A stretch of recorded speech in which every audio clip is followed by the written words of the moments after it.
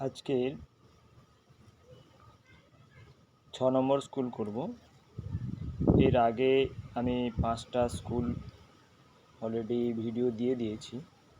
তোমরা যদি কেউ না দেখে থাকো অবশ্যই দেখে নেবে, এবং তোমরা চ্যানেলে যারা নতুন চ্যানেলটিকে সাবস্ক্রাইব করবে, তাহলে পরের যখন আমি ভিডিও দেব তোমাদের কাছে নোটিফিকেশান পৌঁছে যাবে। তো আজকের শুরু করা যাক। 6 নম্বর স্কুল গজাই HNM হাই স্কুল HS। প্রথম কোশ্চেন, বর্গক্ষেত্রের ক্ষেত্রফলের বর্গমূল। তাহলে বর্গক্ষেত্রের ক্ষেত্রফলের বর্গমূল কী হবে? বর্গক্ষেত্রের একটি বাহুর দৈর্ঘ্য। ঠিক আছে। ঐকিক নিয়মে লোক সংখ্যা ও দিনের মধ্যে কি সম্পর্ক? বিপরীত সম্পর্ক। কারণ কি, লোক সংখ্যা বাড়লে দিন সংখ্যা কমে যায়, আবার লোক সংখ্যা কমলে দিন সংখ্যা বেড়ে যায়, তাই এটি বিপরীত সম্পর্ক। বৃত্তের বৃহত্তম জ্যা এর অপর নাম কি? ব্যাস। একটি বাড়ির 7/9 অংশ রং করা হয়েছে, কত অংশ রং করা বাকি আছে? তাহলে কি করতে হবে? যে কোনো কাজের বা যে কোনো জিনিসের সম্পূর্ণ অংশ কি কত? 1 অংশ। তাই রং করা হয়েছে 7/9 অংশ, তাহলে 1 থেকে 7/9 বিয়োগ করলে যেটা হবে 2/9 অংশ, তাহলে রং করতে বাকি আছে। এর পরের কোশ্চেন, 1 ডজন ডিমের দাম 60 টাকা হলে 3টি ডিমের দাম কত? তাহলে 1 ডজন ডিমের দাম 60 টাকা, তাহলে একটি ডিমের দাম কত হবে? 1 ডজন সমান 12টি, তাহলে 60/12, আর 60/12 করলে একটি ডিমের দাম বেরোবে, তার সঙ্গে 3 গুণ করলে 3টি ডিমের দাম বেরোবে, 3টি ডিমের দাম হবে 15 টাকা। আচ্ছা, 0.7 0.7 মধ্যে কোনটি বড়? দেখো, দশমিকের আগে যেহেতু দুটোতেই 0 আছে, তাহলে দশমিকের পরের সংখ্যাটা আমরা দেখব। দশমিকের পরে এটাতে 7 আছে আর এটাতে 0 আছে, তাহলে যেটা বড় সংখ্যা থাকবে দশমিকের পরে সেটা হচ্ছে, দশমিকের পরে বড় সংখ্যা নয়, দশমিকের পরে বড় অঙ্ক।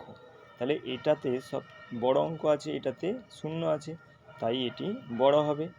তারপরে দেখো, সরল করো। সরল হচ্ছে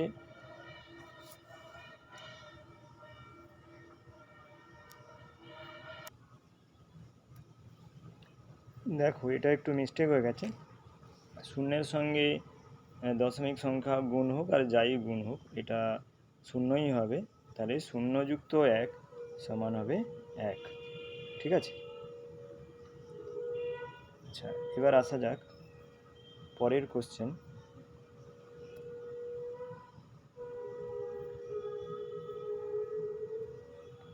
77 পয়সা হলো কী হবে? 0.77 টাকা।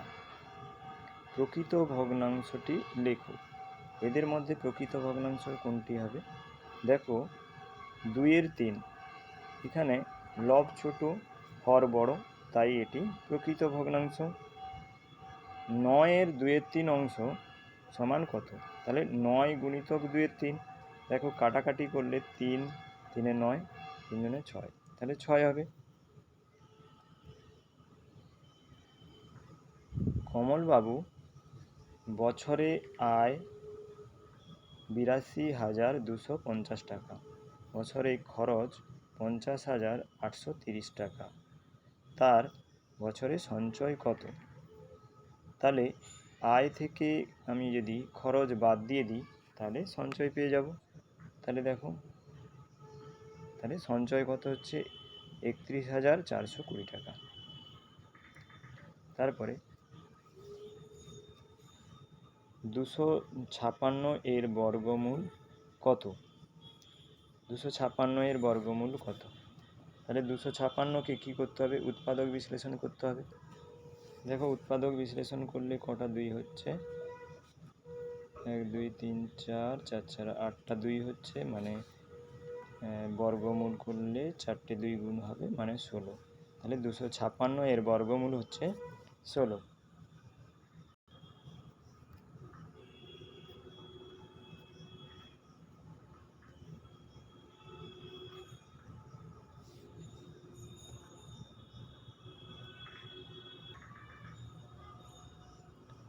দুশো পঁচিশকে বর্গমূল করলে কি হবে, 5 গুণিতক 3 মানে 15।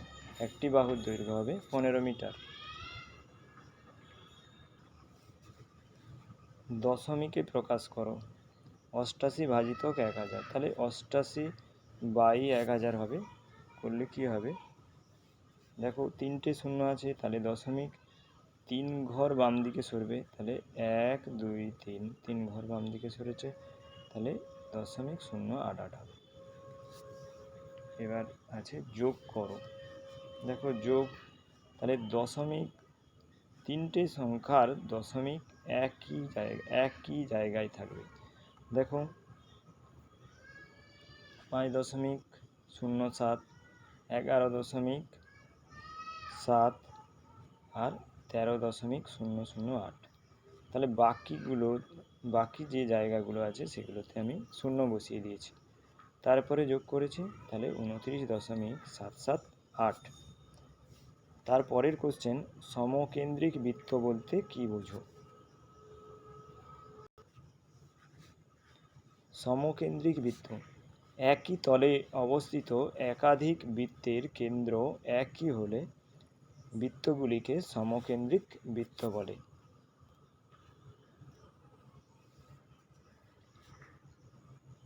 একটি বৃত্তের ব্যাসার্ধ 5 সেমি, তার বৃহত্তম জ্যায়ের দৈর্ঘ্য নির্ণয় করো। তাহলে বৃহত্তম জ্যা আমরা কি জানি, বৃহত্তম জ্যাকে বলে ব্যাস।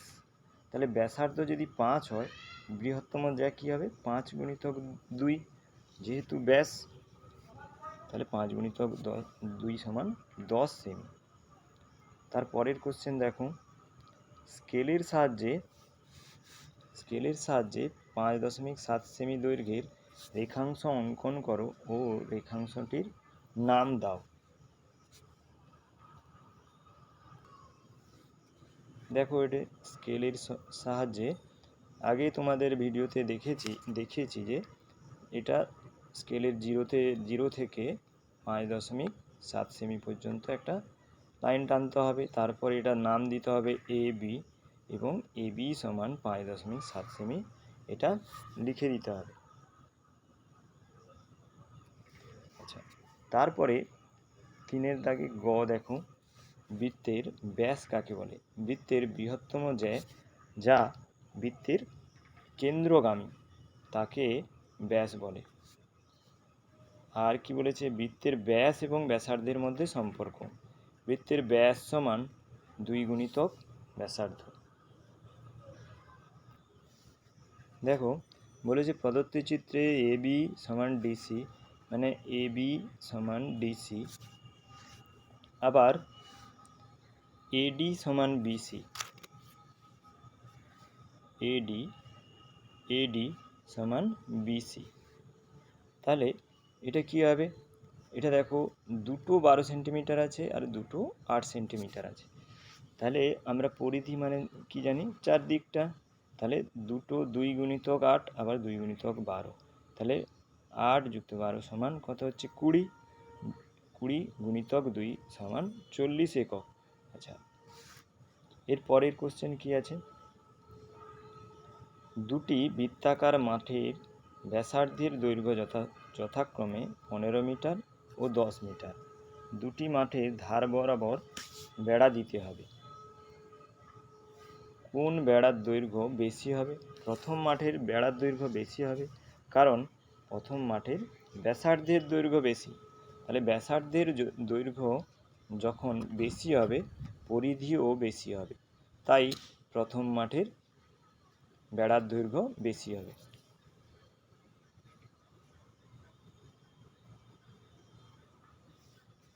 তারপরের কোশ্চেন দেখো 4 দাগে ক, একটি বর্গক্ষেত্রের ক্ষেত্রফল 1600 বর্গমিটার। বর্গক্ষেত্রের পরিসীমা নির্ণয় করো। তাহলে বর্গক্ষেত্রের পরিসীমা নির্ণয় করতে হলে আমাকে কি করতে হবে? প্রথমে এটাকে বর্গমূল করতে হবে। 1600কে বর্গমূল করলে কত বেরোবে? বর্গমূল করলে বেরোবে হচ্ছে 40। 40টা কি বেরোলো? তাহলে বর্গক্ষেত্রটির একটি বাহুর দৈর্ঘ্য। তাহলে এর পরিসীমা কি হবে? 4 গুণিতক একটি বাহুর দৈর্ঘ্য, মানে 160 মিটার। আবার কি বলেছে? এই যে বর্গক্ষেত্রের একটি বাহুর দৈর্ঘ্যের সঙ্গে একটি আয়তক্ষেত্রের প্রস্থ সমান, তাই আয়তক্ষেত্রের প্রস্থটা হচ্ছে 40 মিটার। আবার আয়তক্ষেত্রের দৈর্ঘ্য তার আয়তক্ষেত্রের প্রস্থের চেয়ে 20 মিটার বেশি। তাহলে কি করতে হবে? দৈর্ঘ্য সমান কি করতে হবে? 40-এর সঙ্গে 20 যোগ করলে তাহলে দৈর্ঘ্য বেরোবে আয়তক্ষেত্রে। এবার আয়তক্ষেত্রের ক্ষেত্রফল কি হবে? দৈর্ঘ্য গুণিতক প্রস্থ, মানে 2400 বর্গ মিটার। 4-এর খ দেখো, 5 জন লোক প্রতিদিন 8 ঘন্টা কাজ করে 9 দিনে একটি কাজ শেষ করে। এই কাজ 3 জন লোক 4 ঘন্টা করে করলে কত দিনে শেষ হবে? তাহলে এটা আমরা ঐকিক নিয়মে করব। দেখো, 5 জন লোক ঘন্টা প্রতিদিন, মানে 8 ঘন্টা করে প্রতিদিন কাজ করে 9 দিনে শেষ করতে পারে। 3 জন লোক 4 ঘন্টা প্রতিদিন কাজ করে কত দিনে শেষ করতে পারবে? 5 জন লোক 8 ঘন্টা করে কাজ করে 9 দিনে শেষ করে। তাহলে একজন লোক যদি কাজ করে, কাজটা করতে বেশি দিন সময় লাগবে, তাই গুণ হয়েছে। আবার দেখো, একজন লোক যদি 1 ঘন্টা করে কাজ করে, তাহলে আরও বেশি দিন সময় লাগবে, তাহলে আবার গুণ হবে 8। ঠিক আছে, এবার 3 জন লোক 4 ঘন্টা করে, তাহলে এটা এই দুটো যেহেতু গুণ হয়েছে, এটা দুটো ভাগ হবে। ঠিক আছে, তাহলে এটা কাটাকাটি করলে হবে 31 দিনের কাজটি শেষ করতে পারবে।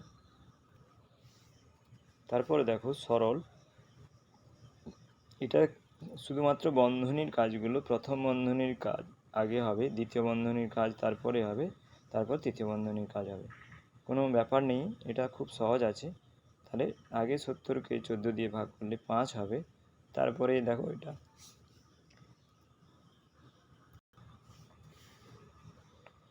তারপরে এটা দেখো 31 হবে।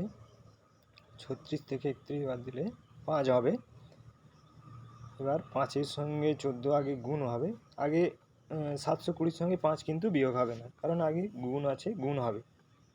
ঠিক আছে, এটা 70 হলো, তাহলে উত্তর হবে 650। এরপরে একটা বড় অঙ্ক আছে।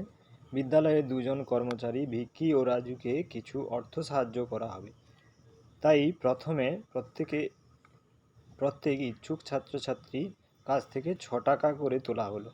মোট 240 জন ছাত্রছাত্রী টাকা দিল, কিন্তু পরে ঠিক হলো ইচ্ছুক ছাত্রছাত্রীদের কাছ থেকে 3 টাকা করে তোলা হবে, তাই বাকি টাকা ফেরত দেওয়া হলো।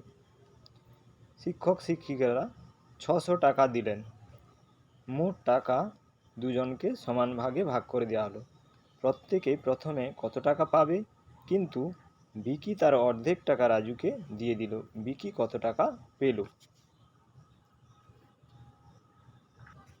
দেখো, এই অঙ্কটা করতে গেলে আমি প্রথমে করেছি যে 6 টাকা করে দিয়ে মোট কত টাকা উঠলো, কিন্তু এটা করার দরকার নেই, কারণ 6 টাকা দিয়ে তো কোনো কাজ নেই। তারা অ্যাকচুয়ালি তারা দিয়েছে হচ্ছে 3 টাকা করে। তাহলে প্রতি ছাত্রছাত্রী 3 টাকা করে দিলে টাকা উঠবে কত? 3 গুণিত 240 টাকা, মানে 240 জন দিয়েছে, তাহলে মোট টাকা উঠবে 720 টাকা। শিক্ষক শিক্ষিকারা দিয়েছেন 600 টাকা, তাহলে মোট কত উঠবে? 720 যুক্ত 60, মানে 1320 টাকা উঠবে।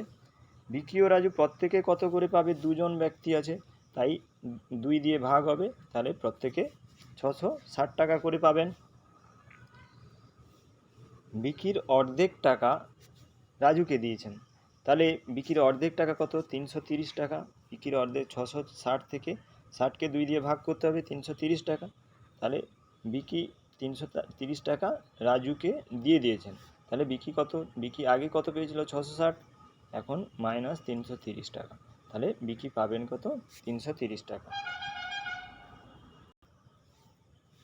দেখো 5-এর দাগের ক, 6.2 সেন্টিমিটার ব্যাস বিশিষ্ট একটি বৃত্ত অঙ্কন করো।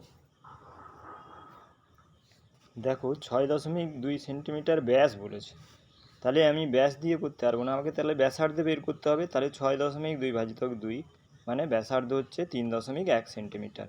তাহলে 3.1 সেন্টিমিটার পেন্সিল কম্পাসের সাহায্যে মাপ নিয়ে আমি বৃত্ত অঙ্কন করব। তাহলে এর ব্যাসার্ধ কত? 3.1 সেন্টিমিটার। আর এটার ব্যাস কত হবে? 6.2 সেন্টিমিটার।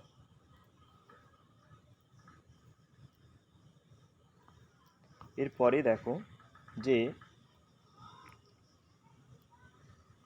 তিনটি ভিন্ন ব্যাসের দৈর্ঘ্য বিশিষ্ট বৃত্ত অঙ্কন করতে বলেছে।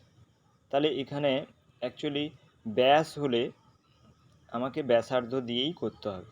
তাহলে ব্যাস মানে এটা যদি ব্যাসার্ধ হয় 3 সেন্টিমিটার, এর ব্যাস হবে 6 সেন্টিমিটার। আবার 4 সেন্টিমিটার যদি হয় তাহলে ব্যাস হবে 8 সেন্টিমিটার। 5 সেন্টিমিটার যদি ব্যাসার্ধ হয় তাহলে ব্যাস হবে 10 সেন্টিমিটার। আমি এটা এখানে করিনি, তোমরা এখানে ব্যাসগুলো লিখে দেবে পাশে, যে ব্যাস সমান, এটা ব্যাসার্ধ সমান 3 সেন্টিমিটার, তাহলে ব্যাস সমান 6 সেন্টিমিটার, এরকম করে লিখে দেবে। তারপরে 3 সেন্টিমিটার মাপ নিয়ে পেন্সিল কম্পাসের সাহায্যে এই বৃত্তটা আঁকবে। তারপর 4 সেন্টিমিটার মাপ নিয়ে তারপরের বৃত্তটা, 5 সেন্টিমিটার মাপ নিয়ে তারপরের বৃত্তটা আঁকবে। আশা করি তোমাদের এগুলো খুব কাজে লাগবে, এবং তোমরা যদি আগের স্কুলগুলো না দেখে থাকো অবশ্যই দেখে নেবে, এবং পরের স্কুলগুলোর নোটিফিকেশান পেতে তোমরা অবশ্যই সাবস্ক্রাইব করবে। আর ভিডিওটি ভালো লাগলে লাইক করবে এবং বন্ধুদের সঙ্গে শেয়ার করবে। Thank you.